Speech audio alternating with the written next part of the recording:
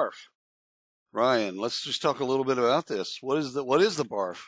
Well, the barf is our news show, right? I know. This is the look back Yeah.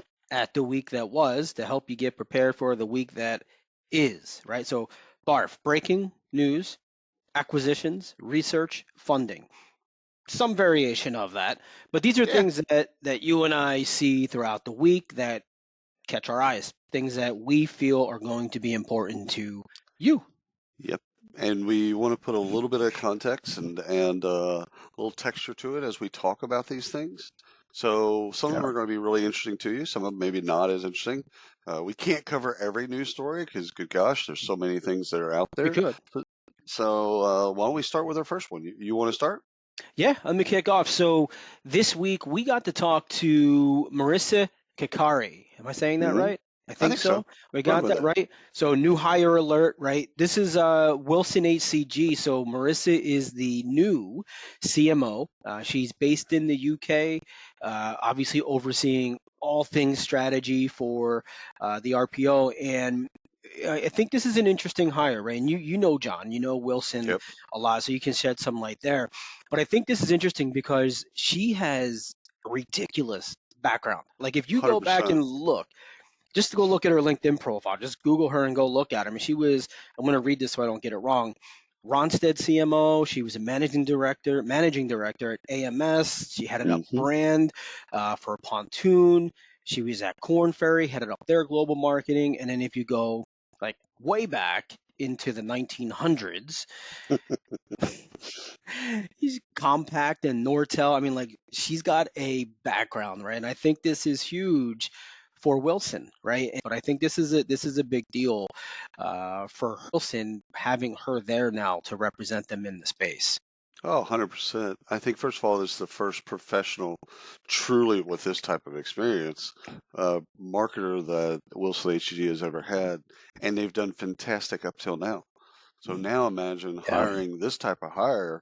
I think, as you said, earlier, it's putting the industry on notice, yeah. and basically saying, "Hey, we've made a move.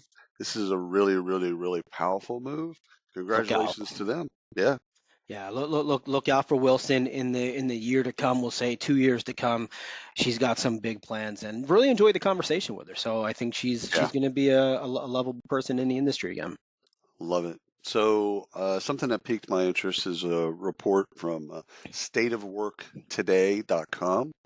And it was a stat that came out that basically said 30% of American workers are actively looking for a new job outside the company.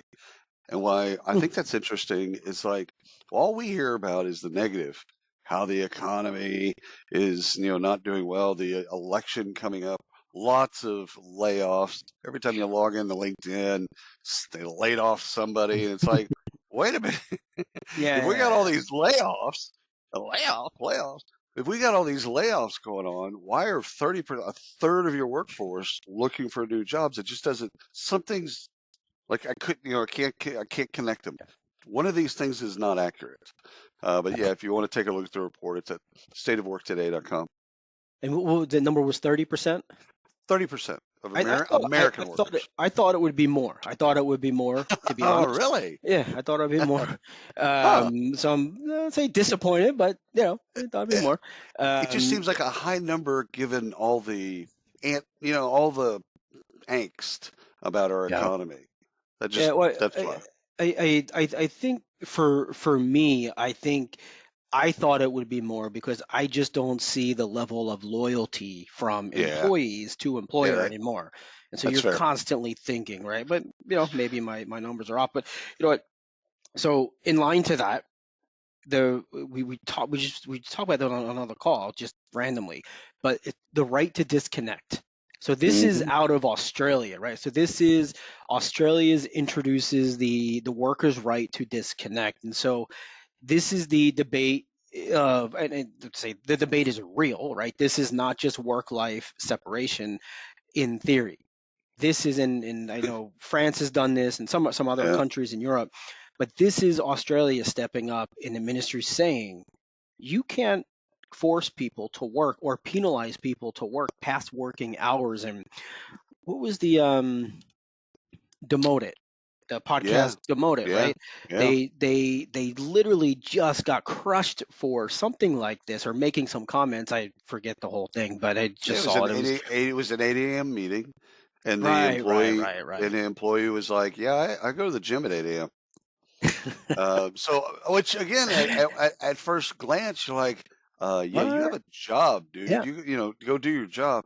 But at the that's his same time. time, it's like, yeah, yeah, yeah. Setting some boundaries, especially I think with a smartphone, you get Yeah, emails, you get texts, you get all this stuff at night, on the weekends, or in the morning. It's like creating some boundaries for yeah, people.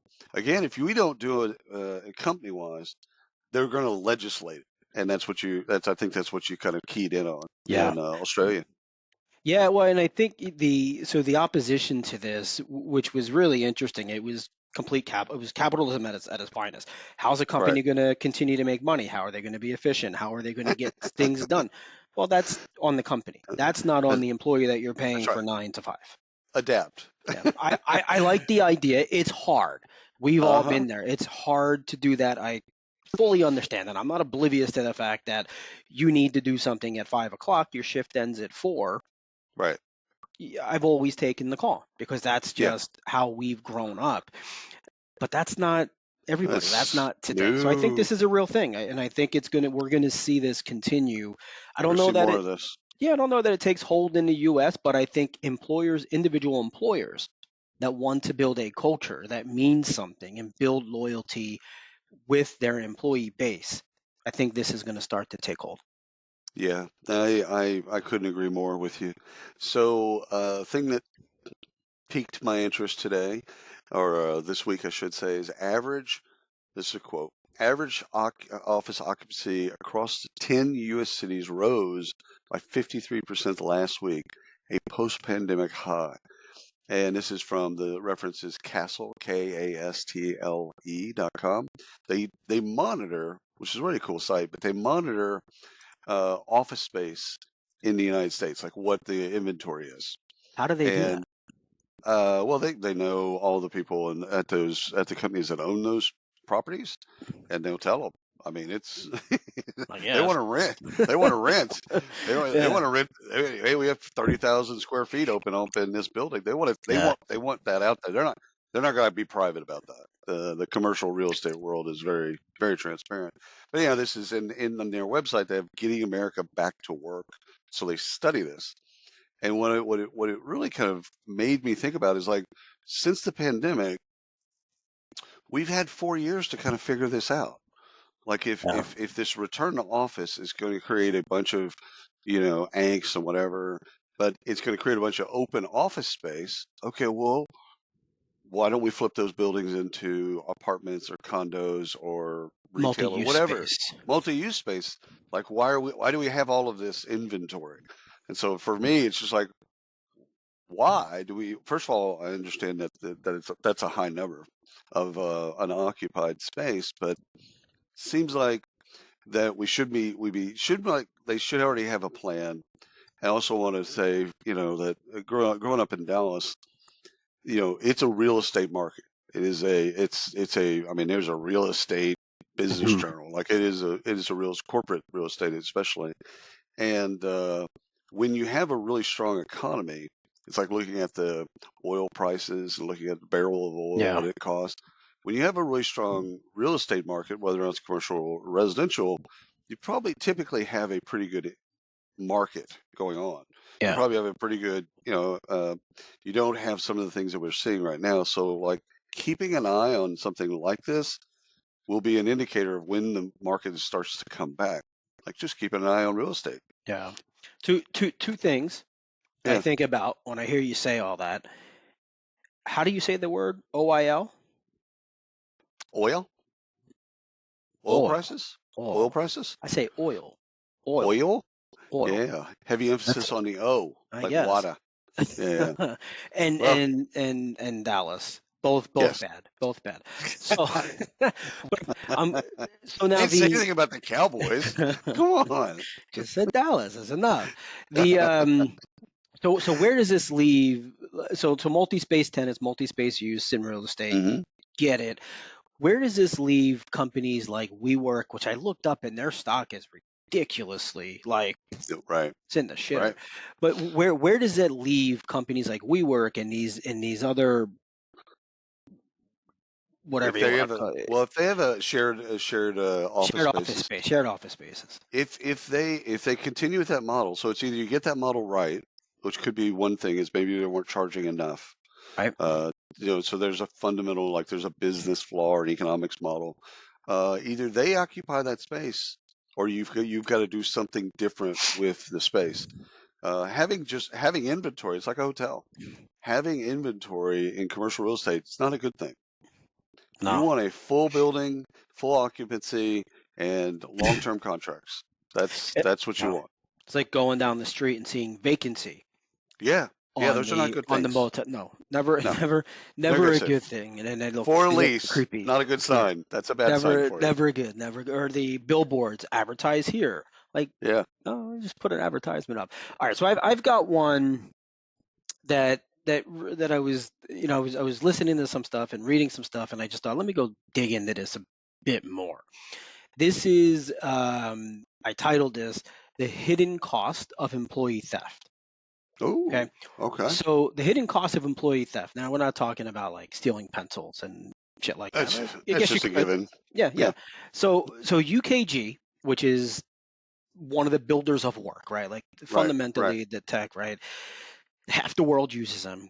Got it, right? All good.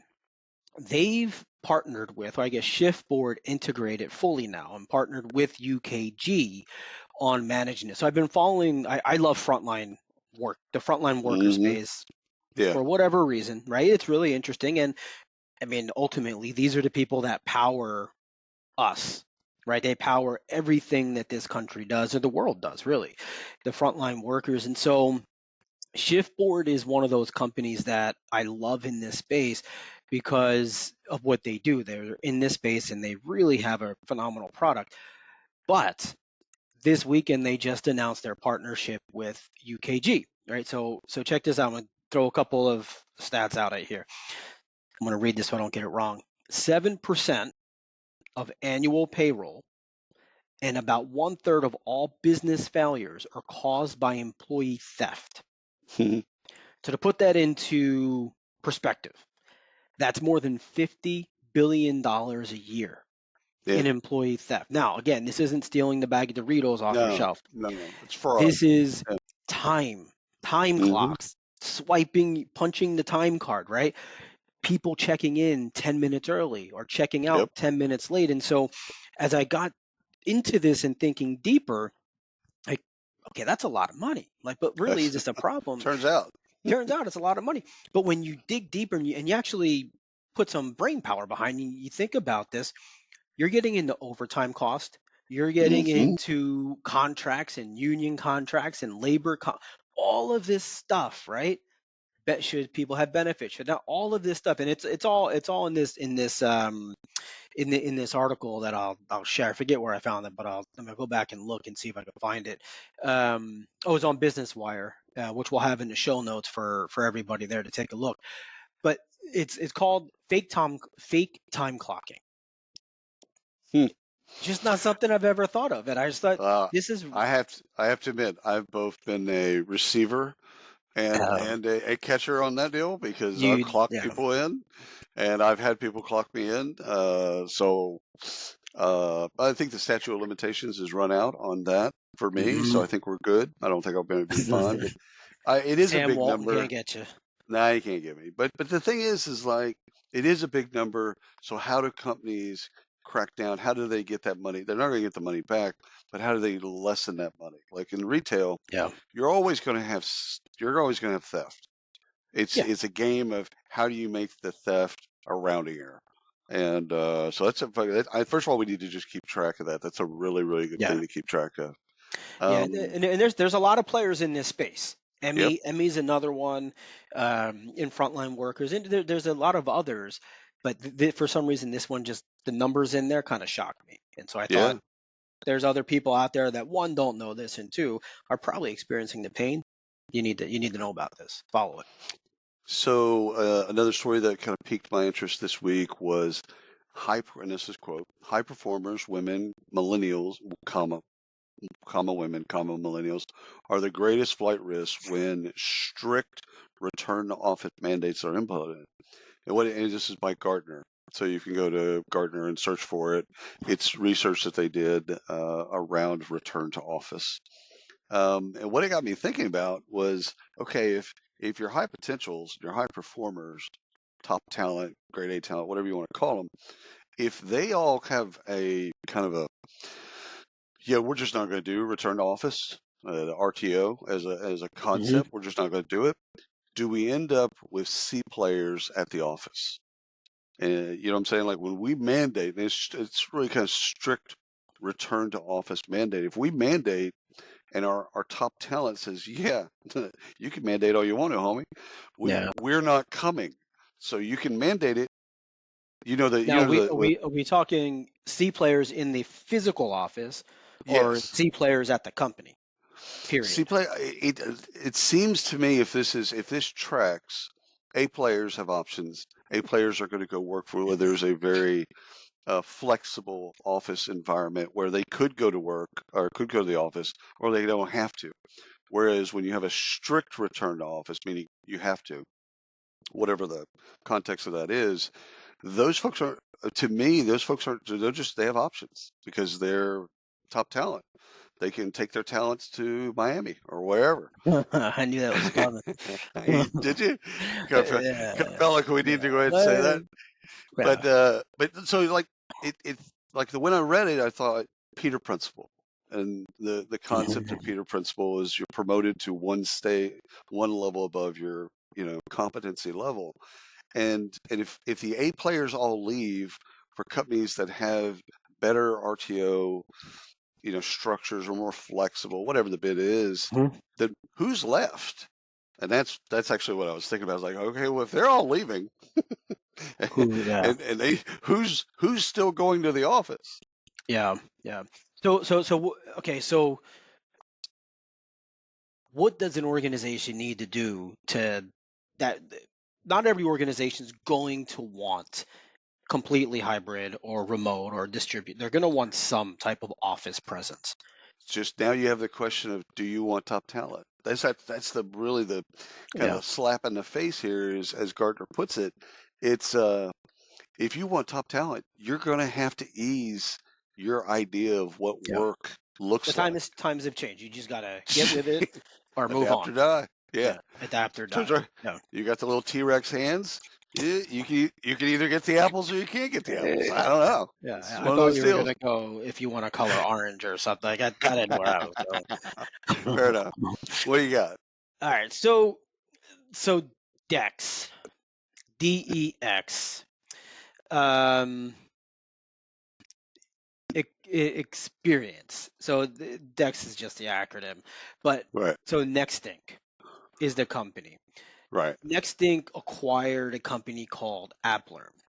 Okay. Okay, so this is all about remote work, right? So just Right. keep the theme going. It's this is an interesting one for me. So this has been covered obviously through Business Wire and all the other press release for press release sites that are out there. Forbes had a really good article on this, and it was and this is in combination. This is ties into, I should say, the acquisition. Now the study was not on the acquisition, so Right. I'm going to cheat here and I'm going to throw a couple things in because it just makes sense. So listen to these numbers. I'm gonna run through these real quick. There's a couple bullet points here. 12.7% of full-time employees work from home. Okay. 28% work a hybrid model. Okay. By 2025, 32.6 million Americans, because we only think in American terms, right? Right. We're Right. not global here, of course, right? No, I'm kidding. Will work remotely as an FTE, full-time employee. 93% of employers plan to continue conducting job interviews remotely. Right. But just 16% of the companies actually operate fully remotely with no physical location. So Hmm. 93% will run the entire thing, an interview process remotely, but just Yeah. 16% say you don't actually have to come in the office. It's Right. convenient for us to interview you remotely, but you need to get your butt in here. 57%. 57% of these workers said they'd be on the market looking for a new opportunity if their current company did not allow some Yep. form of remote work. And somewhere in there, it might have been somewhere else that I've seen it, that some form was in the 60 to 70% range, 100%. right? So this Again, just goes I think to what you were saying. it's the if you want to win, like this is the bid. Like I'll give you a Texas Rangers story.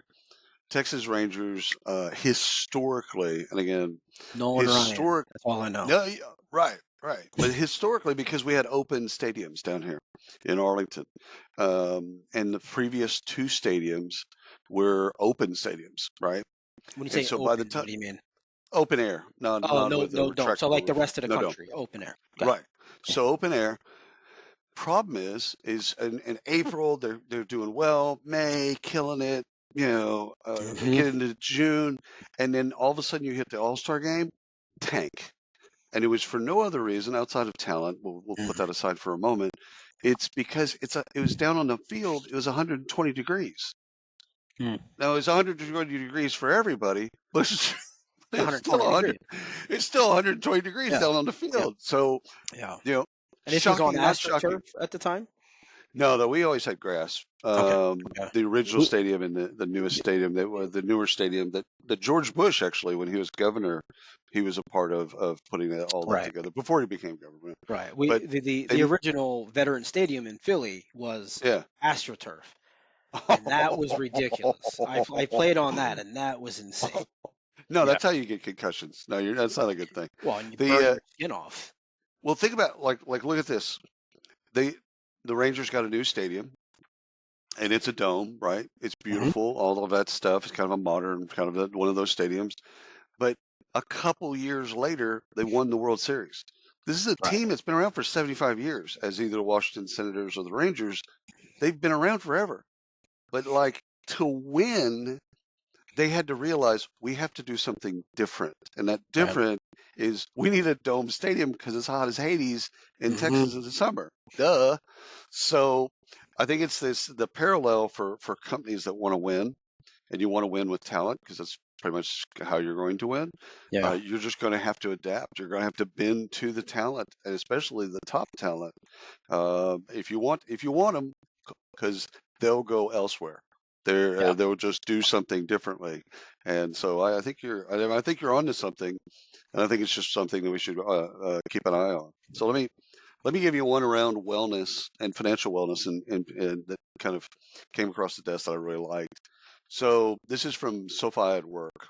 So if you're not following SoFi at Work, it's SoFiatWork.com, and then they have a report on future of workplace financial well-being. So first number, 86, and this is quotes, 86% of employees feel increasingly stressed about their finances. Hmm. 86, and first of all, that number is But probably finances meaning like your personal finances, not your salary. personal finances. Okay. No, personal Okay. finances. So that's that. First of all, there's probably always going to be a percentage of your workforce that's going to be Hmm. looking for a job, and that's they are concerned about their finances. So I'm not like, okay, we're never going to get to zero. They're always going to be somebody that's like, I'm stressed out about my Amex. Okay, got it. However, that's a really high number. And so what it made me think of when I was reading it is like they had more stats that really kind of like, 37% of employees are taking on more credit card debt. Hmm. 1 in 5 have borrowed against retirements savings. So that's 20% for those the non-math majors. And again, if you want to retain this talent, as we've talked about, kind of return to office and some of these other things, if you want to retain top talent, you need to create a really, really kick-ass financial wellness strategy. And when it comes down to money, I think we've historically said it's the money that we pay you, but we now need to think about it's the money that you have that needs help, whether or not it's financial, like student loans or debt relief or whatever it is. Like as a company, again, if you want that top talent, you've got to cross over and care about their financial Right. situation, whatever it may be, and Their put programs in financial, place. yeah, their financial literacy is Yep. is going to pay off for you. This is very similar to sports, Yeah. NFL, NBA, Yep. etc., where they now have. I mean, and for years they didn't, I know. I and know. people were getting massive endorsement deals, and they couldn't handle it, right? And so 100%. yeah, so this is more of the same with that, and this isn't your PBS Susie Orman special, right? Right. This is Right. actually managing real money, and helping your employees survive and do what they can do to have a better life financially. Yeah. Yeah, this is interesting. It's an interesting play. So I'm gonna I want to back up to the previous Hmm. um, numbers that I shared, which, by the way, Indeed, Upwork, and FlexJobs, our friends over there, were all quoted in that study. So then there was a Oh, whole bunch of wow. companies, but those three were Okay. actually provided a lot of that data. The piece that comes off of that, and what made that really interesting to me, and I wanted to tie these two back together. So I said DEX. And so just so there's no, just to clarify, DEX is not the company. DEX is Digital Employee Experience. Okay. Hmm. Now this isn't for those that are listening, I may not be familiar with this. DEX, Digital Employee Experience, is not the tech that you're using. It's Right. not how do I create an experience or an engaging environment for the employee. This is how do we manage our workforce, the tech that they're using. How do we support that? How do we build that adoption? And so for its 20th birthday, Nextink, right? They've been around 20 years now. So they went out and they went shopping, they bought some things. And one of those things was AppLearn. And so this is all about productivity. And I really Hmm. like this as I dug deeper into it. And so I shared the information on the previously on the study, but there are, where is it at here? I wrote it down because I knew that I was going to forget it. The hybrid model, right? So 28% of current workforce is in a hybrid model. 28% of companies in America, anyway, are hybrid. I think it's going to be more overseas. I could be very wrong. Why this is, I think, important for maybe not everybody, but I think this is important to watch because the more we get into a hybrid model, the more support is going to be needed.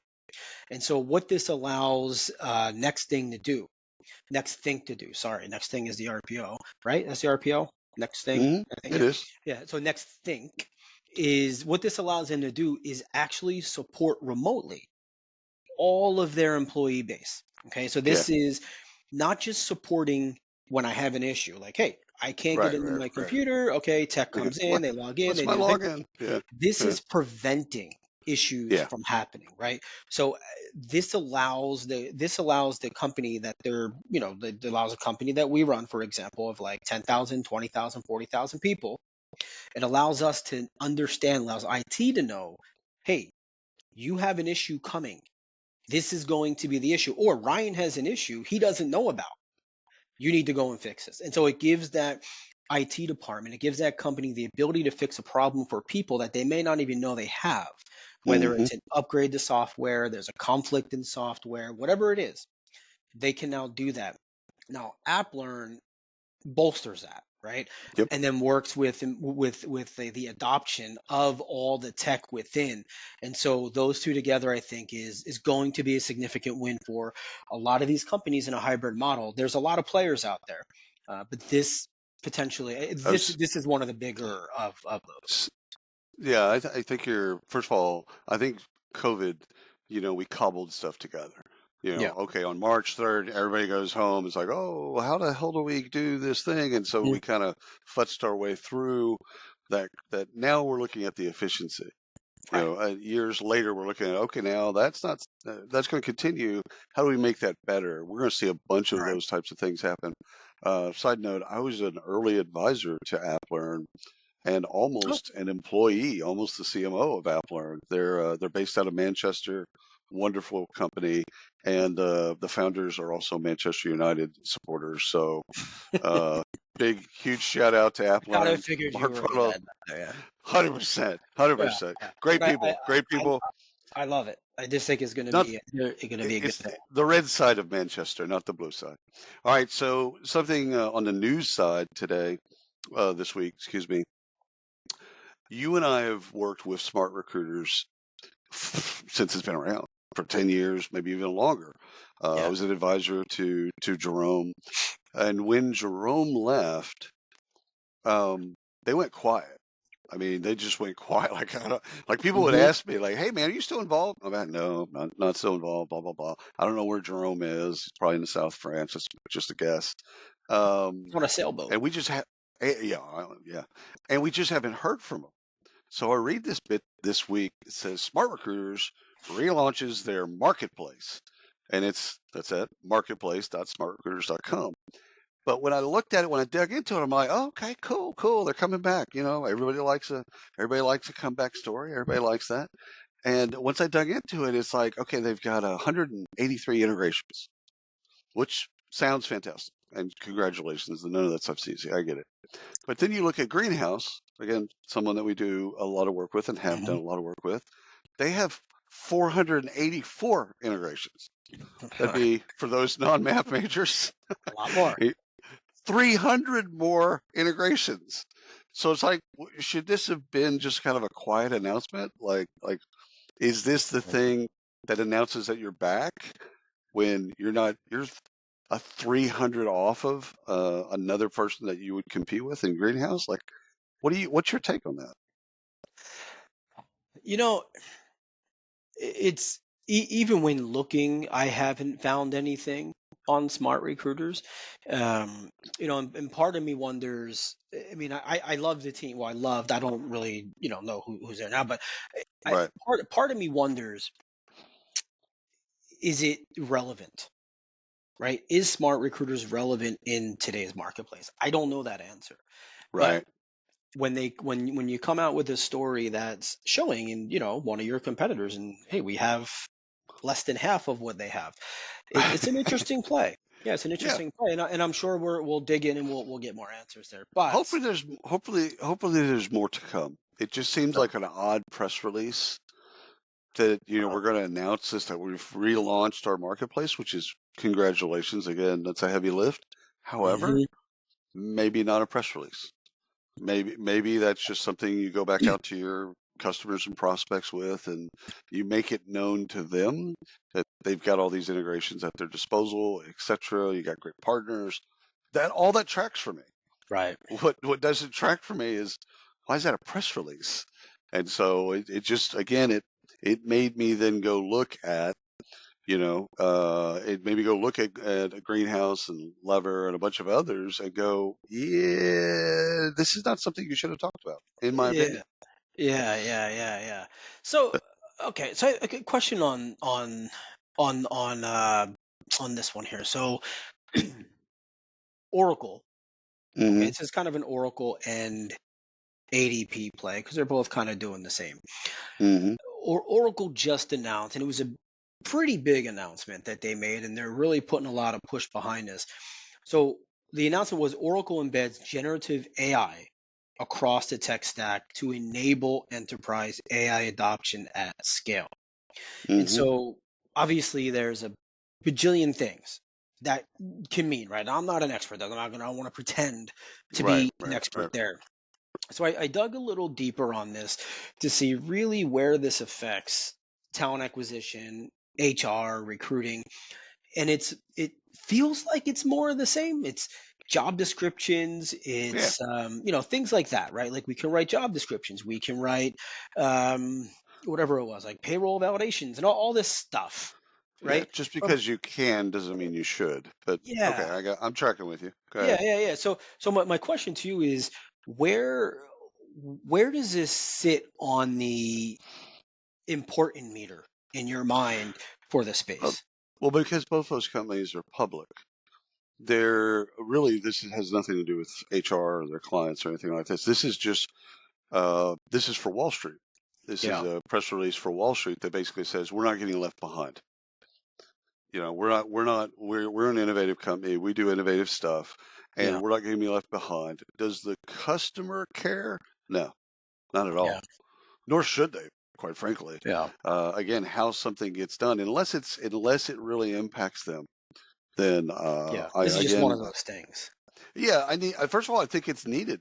I mean, first of all, they're getting great advice from their PR firm or their investor relations team.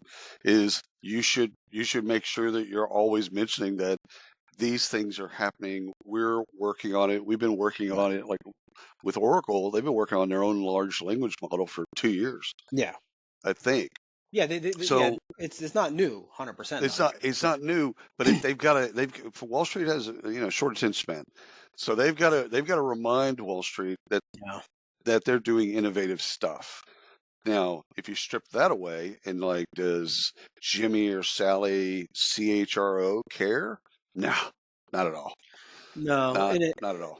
no, And and forcing them to care is a mistake, well, in my yeah, opinion. that's never going to work. So in the same breath, ADP announced ADP Assist, and Yeah, so saw this on Workforce AI and some of the others that are out there, which basically is just a conversational interface, right? To help yeah, HR. It's a productivity tool. It's not a bad thing. workflow, Yeah, database decision make. Yeah, it's not a bad thing at all. But no, three things kind of stuck out to me, which is interesting. So I'm not a blockchain person, right? Like I don't. I mean, I know I need to know it, but I don't know. I'm just gonna be honest, no. right? But Blockchain and staffing is probably the best example because it right, eliminates fraud. You get it, all that. They have to be real people and right, all that stuff. and Yeah, that validation and makes all that. sense. Yeah. Right. So okay, so three things I liked about this in with the ADP Assist was I'm not sure I love the chat feature yet. I'm sure it's got to get better, right? Like I've never Right. used it, so I can't say one way or the other. But I can just Right. say from others that I've used, it's just annoying. Y- Um, Yeah. so Take me to your leader quickly. Give yeah, me a human quickly. I just Yeah. type in agent, Agent, and agent, agent. eventually I get somebody. Yeah. But then you don't respond in 30 seconds, and they end it right there, and I'm just like, Oh yeah. Oh perfect. yeah. Okay, so a couple things I saw here. One was payroll validation. Okay, so I thought this was really interesting. So ADP Assist will look for anomalies in payroll. Okay, Yes. making sure people are getting paid correctly, whether Not a it's bad thing. they're not Yeah. getting paid enough, they're not getting paid on time, there's something Right. wrong with the time code, whatever it is, right? I like that. I think that's, and I know that's been there, but that's one of those things that a human has historically done. Right. And that's just not something a human should be doing. No, that's This is something technology can handle. Um, I do like, and I did see this part. It's a, I forget what it's called, but it's a reporting suite. Basically, you just tell what you want. Like, I want to see yeah. this. Pop, Bloop. love it, right? Now, I don't know how accurate or none of that, but I liked what I saw, right? So I think that's definitely worth looking at. But the AI based support, that's more the, the chat stuff, right? So I don't know, it's not new. I don't know how great it is or not. But those are the three things that stuck out to me with that, and that's very similar to the Oracle with embedding the generative AI across the entire suite. They're all kind of doing the same things. Yeah. Right. So another news article that came across that I really found fascinating is Workday and InSperity announced exclusive strategic partnership to provide best-in-class HR service and technology to Mm. small and mid-sized businesses. Right. So InSperity, for those that might not know, those administrative. So back in the day, if you'd have thought of them, they're one of the largest PEOs. And so that's at newsroom.workday.com. So you can go and kind of search for it and find the article. But when you hear the word Workday, you automatically, most people in the industry, they automatically think, okay, SAP and Oracle. That's who you, and that the Fortune 1000. You think of them, the global players, etc. But Insperity doesn't play at that market. Generally speaking, they play down market with SMB Right. and even mid market.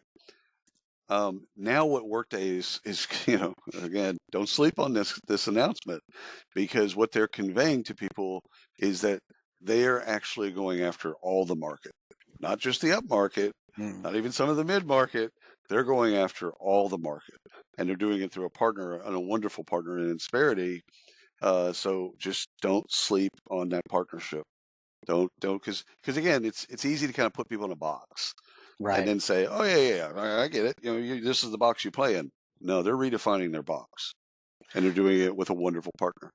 Yeah. Okay. So funding news. Okay. Yeah, what you got? Compa. Right. They Yep, they went through a funding round. They got some cash. This is a company that you know very well. yep. I'm an So advisor. you are an advisor, right? So we'll just full disclosure there, Yeah, right? no, yeah, They, yeah, yeah. they Of own it, course. right? Yeah, yeah. So give us some insight there, right? Why is this important for Compa? Well, you've got two things. So when Charlie and his co-founders, when they first put it together, it was a combination because he's a comp guy.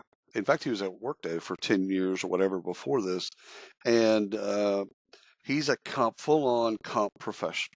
Right. What they were trying to do is make it easier for talent acquisition to create offer letters. So comp is usually inside of an organization. It's off to the side. It's very siloed. Finance has probably more interaction with comp than HR in Hmm. some companies. And so what he was trying to do with comp was bring those two things together, but for talent acquisition. So that hey, you're trying to get a job out, you're trying to, or excuse me, you're trying to get an offer letter out. Boom, you've got like 30 minutes. So how do you get real time data on what we can and can't do from a comp perspective? But also, it's also kind of flagged the importance of pay equity. And I think that again, one of the things that they're winning on is some of their indexing and the way that they look at comp data and show people here's what's going on in your space and your market, this and the other, so that you can be equal. Mm. So I think that to me, I think the funding makes sense. I mean, this is a really really tough time to get funding. Let's just kind of throw that out. It is a difficult time to raise money if you're institutional. It's also a very difficult time as a startup to raise money. And so for them to get a Series A, and again, they didn't need it. They got it on their preferred terms that they wanted. Now they're poised for growth. Now they can actually do something. But this is a company that started in you know two or three of the founders are all working from home, and it's nice to see that they've gotten the recognition. Um, Mhm. and they've got some growth money so that they can actually do something, now that, but you'll remember from HR Tech, I think it was last year, maybe the year before, Mhm. Compa had a booth down from Jovio, and they all they did was put down 50s and hundreds and Oh, 20s that the little golf. golf, and Golf. you had the stroke, and man, I didn't it, hit one of those I things, by didn't the either. I way. didn't either. And they gave me Golly. like 100 tries too, and I was Oh, just a failed bit because he would just run over those bills. I'm like, yeah. anyhow, There were Compa, good. weighted golf balls, and it was a bunch of BS. They cheated everybody. No. So, all right, I got one for you. So, Paycom launches a global HCM solution, expands internationally. So, here's the deal. Paycom is a lot of the pays, Paylocity, Paycom, Paycor. Okay, you go on with them. There's about 400 of them. They all kind of drafted behind ADP and got business from ADP. They're being faster, cheaper, more higher quality, whatever the bit Mhm. was. But this is actually really interesting because normally a lot of these they stay within the four walls of the United States. And with Paycom, they've actually already got Canada, they've already got Mexico, so they've already done those payroll libraries. Mhm. Now they're going to the UK, and once they get into the UK, you're one step away from global payroll. That's the thing is once you go to the UK, you figure out how to do all of the UK, boom, now you can go, where do you want to go next? And their customers will take them wherever they want to go next. So it's something to keep note of, like, okay, the Paycom that you thought of is not the Paycom of today, and it won't be the Paycom of tomorrow. Right. And Paycom just appointed their own CMO, Steve Sturgis, I think it was Sturgis. Sturgis, yeah, Sturgis. Let me look it up. I don't know, mispronounce. Yeah, Steve Sturgis. Yeah. So he just started last month as their CMO as well, and so he comes from a long storied background as well. Actually, it looks like he was from University of Oklahoma. Isn't that one of your favorites? Or is that? 100%. Yeah. So you guys have something to talk about. So SpaceX probed by Mhm. California over sex bias retaliation claims. This will be fascinating to kind of watch it play out because, SpaceX, as we all know, SpaceX is a really cool company. They do really Mhm. cool stuff. But how in the NLRB, National Labor Relations Board, how they process this, both California and nationally, how they process this and prove bias versus preference is going to be really fascinating to watch. So let's just, that's on Reuters. So you can look on Reuters and obviously search there to find out more about that particular story and then track Yeah. it. That's one to track. That's a big company, and California is going to go, rightfully so. Where there's smoke, there's probably fire. They're going Yeah. to go after them, and I think that's going to be interesting. And California will find it. California Hundred has percent. rules and things for everything. They will find it. So let me give you another one that came out of Hong Kong that I found fascinating. So Deepfake's colleagues trick a Hong Kong clerk into paying Hong Kong $200 million. Yeah, Okay, explain this to me. I don't know. Okay, so here's the bit. When you Blew read my the mind. article, this is news.rthk.hk. So HK Yeah, being I'm Hong Kong. gonna pull this up. It's not gonna like. So so here's the bit. These folks put together basically a Zoom meeting with all AI deepfakes. I'm serious. So I'm looking at it now. It just they blows my put it mind. they put it all together. So the guy on the other end thinks, okay, this is legit. Yep. Okay, sounds good. Okay, great. Makes a payment, whatever, and it's all fake. And so what's newsworthy for me out of this bit is you can't trust anything. So, like when we're thinking about this, we're thinking about all the positives of AI, generative AI, etc. But when people are thinking about deep fakes, we've got to both from a vigilance perspective, but also a training perspective, we've got to train ourselves and our employees and our executives to, do what Reagan, I guess, said, trust but verify. It's the verification part that I think is going to be very, very difficult. And so it's something to keep an eye on. It's like, I mean, first of all, it's just, I mean, it floored me reading it, going, how could you fake? And, again, this is just a con. It's a scam. It's just like anything else. They're just doing That's it, and it's more real like. that had to be pretty damn good. It had to be really good, 100%. Two All right, hundred last one. million dollars. Well, and that's Hong Kong dollars, so I don't know what the translation is, but still, Wow, even good. if it was $50, doesn't matter. The fact that they would con somebody, right, out of being able to con somebody out of money using deep fakes, that's interesting. So this is discover the top 354 most innovative and influential Hmm. talent management tech companies. It's an ecosystem. The talenttechlabs.com. They put out these graphics. It's like an infographic, has a bunch of bubbles, and it shows you the different players. First of all, I hate ecosystem graphics. They just suck. Yeah, We could go into that for hours, but we won't. But TTL, Talent Tech Labs, they do the best at pulling these bubbles together and try to make sense of a confusing market. yeah, It's free. Go to the site, download it, and take a look at it and see if there's folks yeah. that you know or don't know on the list. Every year they do, or I think it's every year. But their graphics are easy to read, interactive, and fantastic. And the conversion, by the way, is roughly 25 million, assuming I did Right, it properly. right. That's a lot of money. That's a bar tab. Yeah, I got to mention this. I said that was the last thing, but I got to mention this. Acadian Ventures Fund 2, $30 million early stage funds focused on the next generation of work technologies. You can look them up at acadianventures.com. These are friends of ours. Yeah, So Jason Corsello and Thomas Otter, we've known for 100 years. They, in their fund one, they made really, really good bets. I mean, really good. Compa was one of them. hmm, So they made really, really good bets. Make sure you track Acadian Ventures so that you find out what they're funding. They do great announcements on who they funded. They just funded Fora, which you and I talked to Joe yep, Essenfeld earlier this week. So they make good bets. And if you want to know about the future of work, you look at the funding agents. You look at the people that are looking at this stuff and putting money into these plays. So track that one. Yeah. Well, that's going to wrap it up for the barf. It's the barf.